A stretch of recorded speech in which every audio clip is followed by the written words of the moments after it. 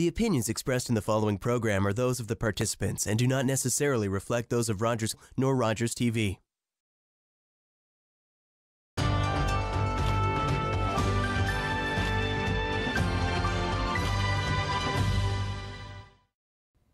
Hello everyone, I'm Deborah Hutchison in the Rogers TV studio, and this is your local update. Well, as kids return to school, the automated speed enforcement cameras across Durham region are now operational. Joining us to fill us in and tell us all the information that you need to know about it is Stephen Kemp. Stephen is the manager of traffic engineering and operations for the region of Durham. Stephen, welcome, and thanks for taking the time to speak with us.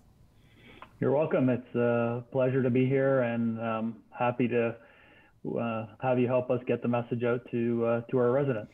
Now, you've been warning that these cameras were coming now for quite a while. Now some of them are operational. Let's back up a bit. Why was this initiative necessary?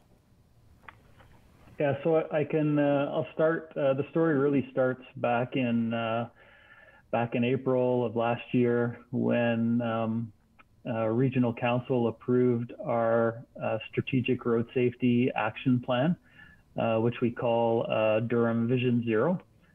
And our Vision Zero plan is about road user safety. And the long-term vision is that that everybody gets home at the end of the day.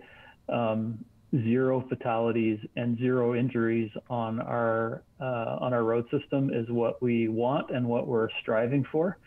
We realize that that's maybe a bit of a longer-term aspirational type vision or target that we're working towards. So we have a shorter term goal, which is a 10% reduction in injuries and fatalities over the first 5-year period of our plan. I know when we talk to police, they say that when they reach out to the public and they ask about concerns, traffic is always really up there on the list, and traffic safety. How did you go about choosing the locations for these cameras? Yeah, so there's a couple parts to that. So the first part about choosing the locations, part of it was really defined by the province when the province passed the legislation allowing municipalities to use this equipment. So I think, as most people know, the experience with automated speed enforcement or photo radar in the mid-90s was not particularly well received provincially, and I think the province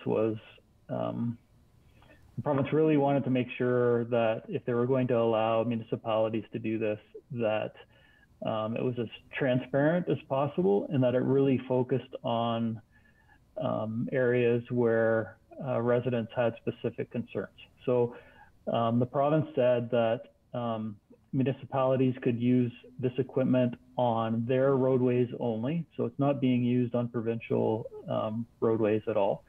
So only allowed on municipal roads. And they went further to say that it can only be used in school zones and community safety zones. So I think the basic premise of that was, listening to the public, I think generally people accept the fact that speeding through a school zone is just an unacceptable behavior that needs to change.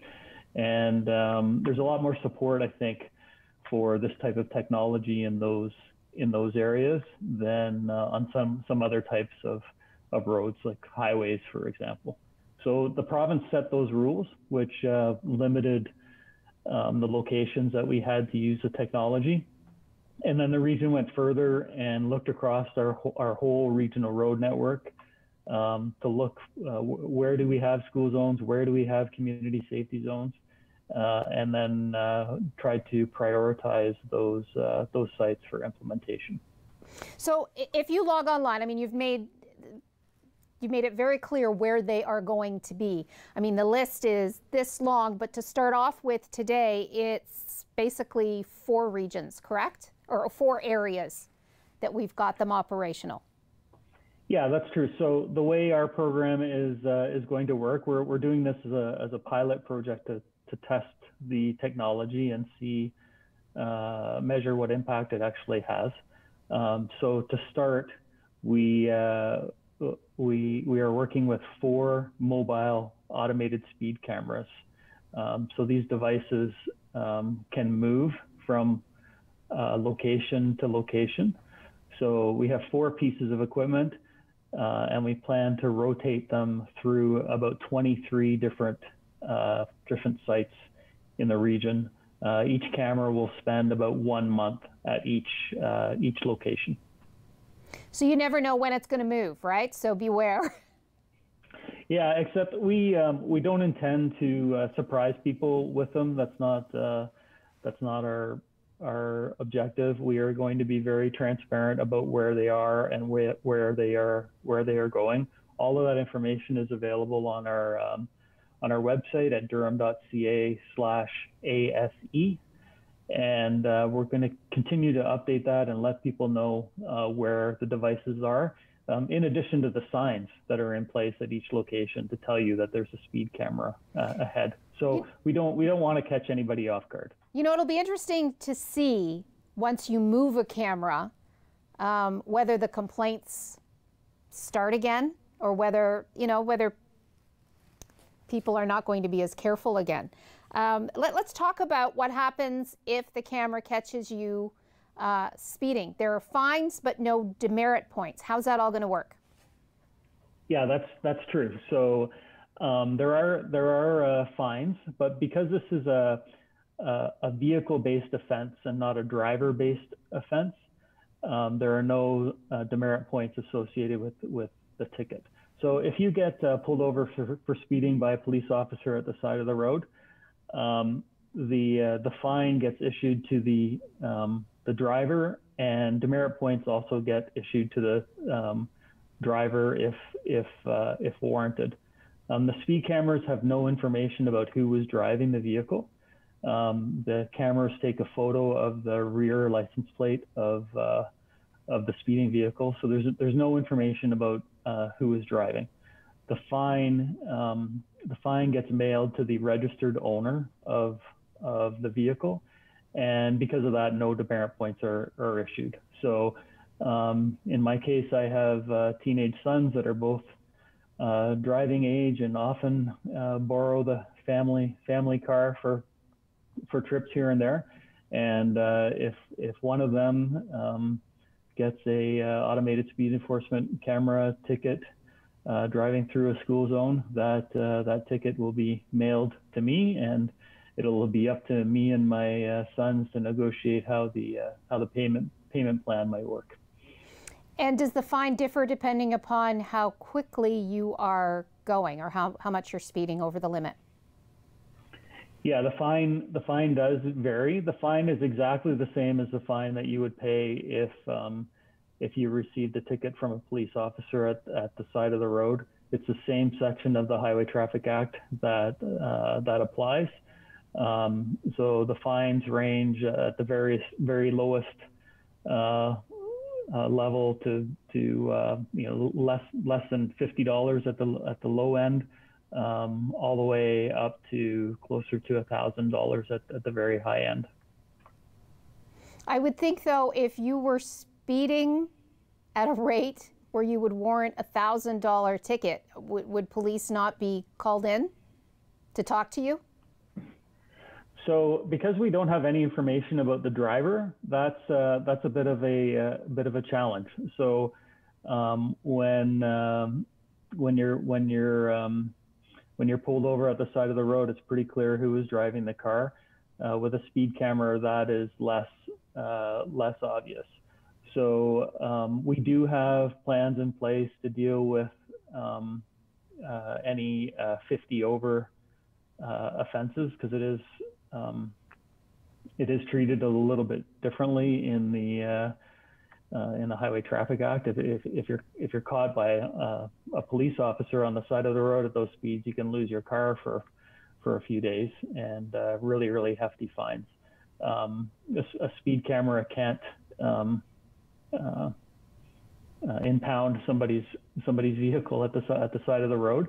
So we're working through some different processes with the police to manage those types of situations.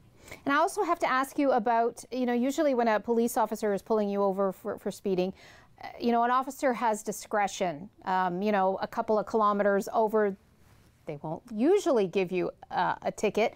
Is this a hard and fast rule? Like even if you're going 1 kilometer over the limit, you're going to get a fine?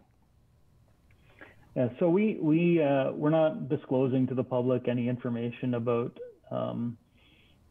specific thresholds, similar to how the police don't publicly talk about what those thresholds are.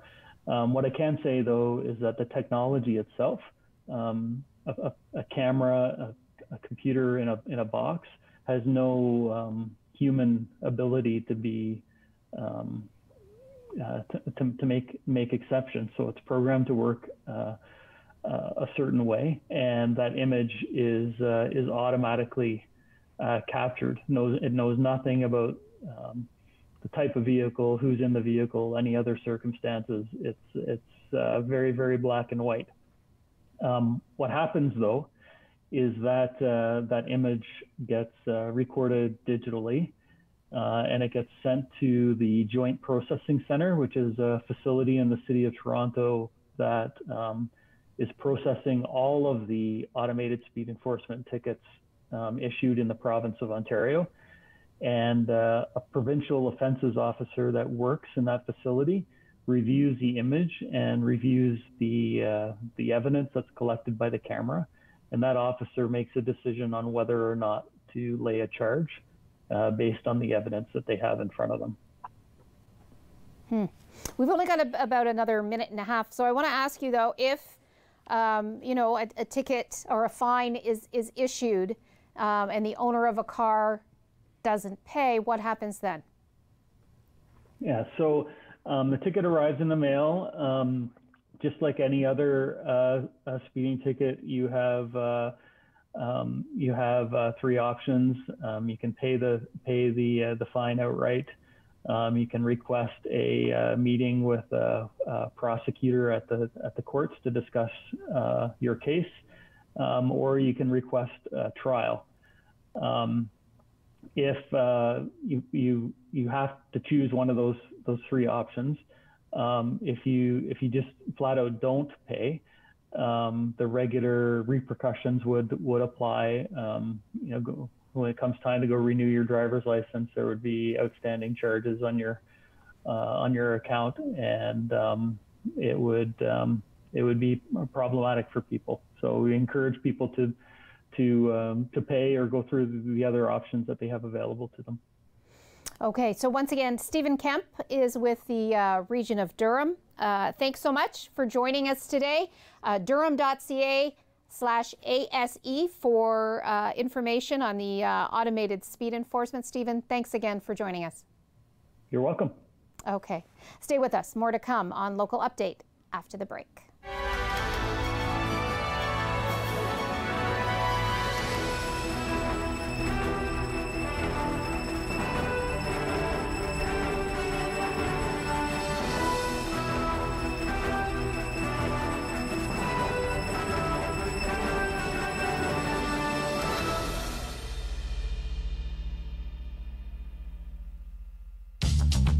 This program is brought to you by Ignite TV. Now you're in command. Visit Rogers.com for more details.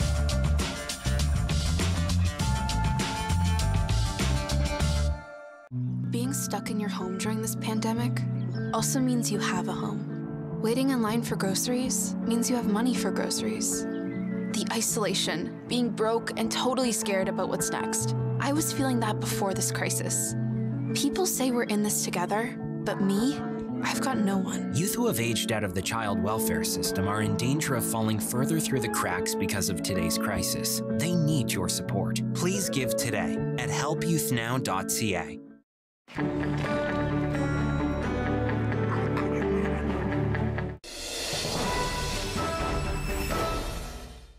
And welcome back to Local Update. September is Hunger Action Month. Feed the Need in Durham, sending out a call to action to help battle food insecurity across the region. Joining us now is Ben Earle, Executive Director of Feed the Need in Durham. Welcome back to the show, Ben. Thanks, Deb. Nice to be here. So according to your stats, over 66,000 Durham residents are what you call food insecure. What do you mean by that? Yeah, so these are individuals. This is measured through the Ontario Health Survey and published by the Region of Durham Health Department. And these are individuals who at some point in the last 12-month period from when the survey is done have indicated that they have either had not had enough food at all or have had not had enough nutritious food to meet their dietary needs in the community. So there's a lot of people in our community who meet that criteria and then struggle to, if not put food on the table, put healthy food on the table at the very least. So we're not talking boxes and boxes of macaroni and cheese. We're talking, the ability to afford meat and vegetables of any kind. We're talking not just about, people who have nothing, but people who also don't have access to those types of foods that can create a balanced, healthy diet that we all need. Especially, I would think, in times of COVID-19, how much has the pandemic played upon that stat, and I would think an increase in number? Yeah, we have seen an increase in people who are looking for emergency food support, and that's our indicator that we use. And those are individuals who lost work. We know at one point up to 3 million people had been put out of work across the country, and that definitely impacted our community locally. And we saw a rise in people needing to access emergency food support for exactly those reasons. They just did not have the means to make everything meet at the end of the day, at the end of the month, and needed to seek out support. And we've seen that affect a few ways. One, people's access to food just by sheer not being able to afford it, but also, especially in the beginning of COVID, people not being able to leave to get out to access food that they would normally have access to, whether it's going to a grocery store or a meal program, or even in the case of seniors, accessing meals through senior centers and other places. And kids, in the case of kids, a lot of families rely on breakfast and snack programs to supplement the meals that they give their kids, and those things all stopped in March, and a lot of families and individuals have been struggling since. And even if you could get out, you couldn't find things. I remember one day in March going down the pasta aisle at Walmart, and there was one bag of pasta left. Yeah, that was one of the problems we had. Thankfully, it looks like our supply chain has rebounded quite a bit. We do work with lots of food distributors, and they've done great work to get those things back up and running. But yeah, especially the things that were cheap and easy to afford that form a staple of a diet, like things like rice and pasta and pasta sauce, the things that you need to get to start your meal planning, were not on shelves, and that created some problems for a lot of people in our community. And I would think a lot of people had to make that incredibly tough decision. Do you feed your belly, or do you secure the roof over your head? Yeah, we know of a lot of people in our network who had to make those decisions, individuals that we serve, that were already living very precariously. Maybe they had part-time work or weren't working, maybe living off social assistance or pensions or things like that, who had to make those tough decisions when the time came. We know of a few people who've had to move a few times since March that we've served through our network. Not everyone, thankfully. We've had some good response. I mean, programs like the CERB helped keep a lot of people in their homes and help make sure that they had at least something coming in. But that wasn't everybody. And we also know that those programs are not set to remain. So we're thinking about what's next for us as well in our organization or our network. How much of an increase would you say that you've seen in the demand for what you're able to provide? Overall, we've seen about a 13% increase since March. At the beginning, that was higher. We saw an immediate run on demand, which was very similar to people, making a run on grocery stores and stuff. People weren't sure how food was going to be secured, so there was a lot of early demand really high. But overall, since March, we've had about a 13% increase in demand for food banks across Durham region. And now the most telling part of that, though, is there's a 50% increase in the number of new people accessing food banks. So that's right. So out of the people who've never accessed a food bank before, we've seen about a 50% increase in that number since March. So it's a lot of new people also looking for emergency food support for the first time in our community. And are a lot of these seniors, or are they primarily, families with young children, or a real cross section? The lucky thing is in our community is we do support seniors fairly well. That's not to say that seniors aren't facing a need and that we shouldn't be making sure that they get the supports they need. But from a food security point of view, most of the issues for seniors was access and getting out. And we saw an amazing response from so many community groups like the Caremongers and others to make sure that our seniors in our community had access to food, whether they could get out to a grocery store or afford it or not. So there's been some amazing work done to support seniors. In our network, it's been mostly young families, like I said, individuals who maybe their kids accessed at least one meal a day at school, and now they're home. Parents can't work because they've got to worry about their kids being home and things like that. So we've seen in our network, at least, it's been largely young families and single people who weren't able to work, didn't have paychecks coming in, didn't have those supplemental meals that they usually had access to.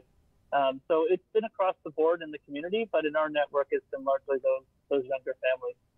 Okay, so September is Hunger Action Month. What are you asking the community to do, and how do you want them to respond? Yeah, so Hunger Action Month is it's a national campaign. We're a part of it. We want to promote it locally.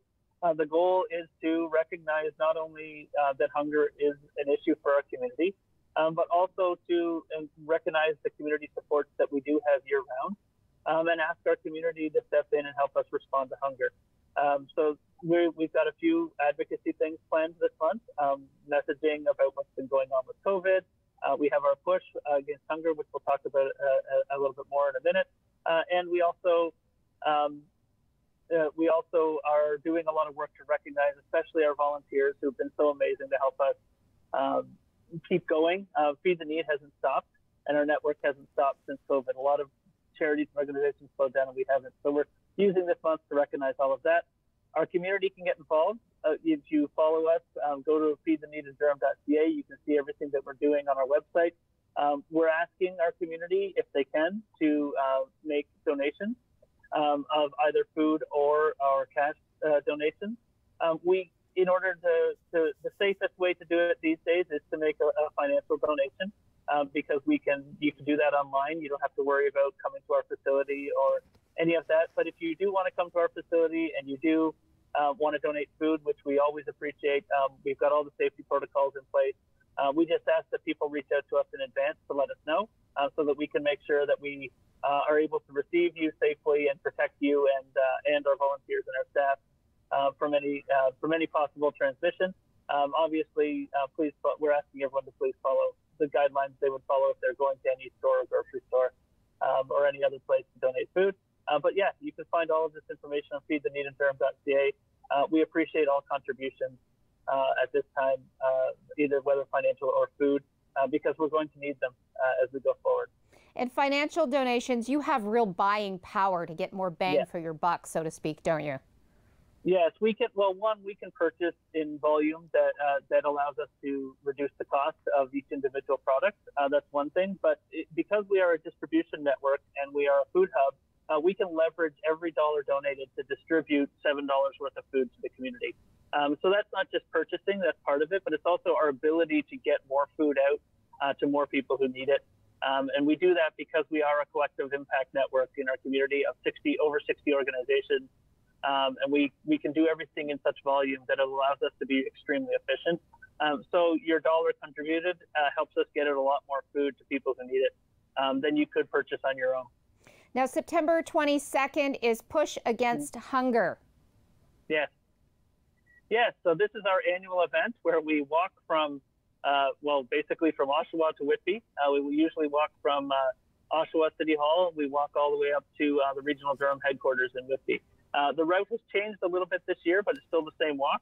And we do this to raise awareness, to engage the support of our local governments and our political partners. We always have mayors and elected officials join us on this walk, and who are amazing supporters of us year round. And we take that walk and we walk across the community to raise awareness for what we do, to engage our community. That often the businesses along the way are supporters of us, so we make sure we make stops and recognize the support they've given us year round. And it's just it's actually a fun way for us to get out and show our community that we're here, and show thanks to our community for the great support we get year round. And it's also a way for people to engage and show their support for our mission, which is to respond to hunger in our community. And you know, Durham region communities across the board, they have really answered your call, even though it is challenging times. Yes, we can't thank our community enough. Feed the Need, and I know a lot of charitable groups that we work with and that we love and are hugely supportive of at our organization are struggling because they had to close and couldn't do their work to the full capacity that they just really want to do. Feed the Need in Durham has not been in that position. One, we were needed, but two, our community stepped up and has made sure that we've been able to keep doing what we do through food donations and financial support. Feed the Need has been able to continue its mission and will be able to continue its mission because of our fantastic community support. And that starts with our local municipalities, our mayors, our elected councillors, and all the staff from the local municipalities really have shown a lot of leadership in helping us do our job, and are hugely supportive. And through Hunger Action Month, they're doing, and through the push, they are once again sort of raising food on our behalf and really getting their whole staffs involved and their whole councils involved to show support for not just for Feed the Need, but for our community, who may be, and especially those who may be struggling. So we can't thank our community enough for the way they've stepped up to support each other through us at this time. Now, we only have about a minute and a half left. I want to look into your crystal ball and talk about, your next steps. You know, we could be into a second wave. Numbers are going up. What are your next steps, and how are you planning for the future? Well, our biggest worry, one, is the second wave, and two, we know that a lot of the economic impacts on families and individuals, we're going to start seeing those more in the coming months. As the reality of people not returning to work sets in, as current programs start to end, we're going to start to see the real economic impact. So that's what we're planning for and have been planning for. We've been investing in our infrastructure in the organization, increasing our truck and transportation capacity. We're also in the process of increasing our storage capacity, especially refrigeration, so that we can be ready to collect and have that food ready for our community when they need it, and ready for the increasing and ongoing demand for it. So we're really focused on making sure that Feed the Need has the food on its shelves and in its warehouse to get to people when they need it and at the time they need it, and really working with our network of 60 organizations to make sure that they're ready to meet any demand, no matter what it is, whether it's a huge spike in demand or it's just an ongoing chronic demand. We're ready, and we're building the processes to do that. Ben, I've got to stop you there. We're out of time. Thanks so much for joining us. We'll have to have you back. And thanks to all of you for joining us. Until next time, I'm Deborah Hutchison. Perfect. Stay safe, everyone.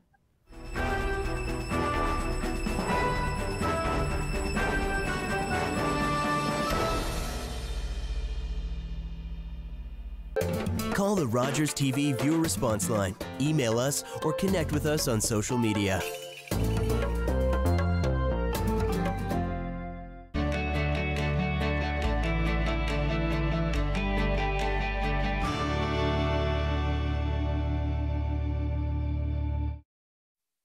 There are soldiers in my family. I first joined the Legion to honor their service. Now I volunteer there to be of service myself.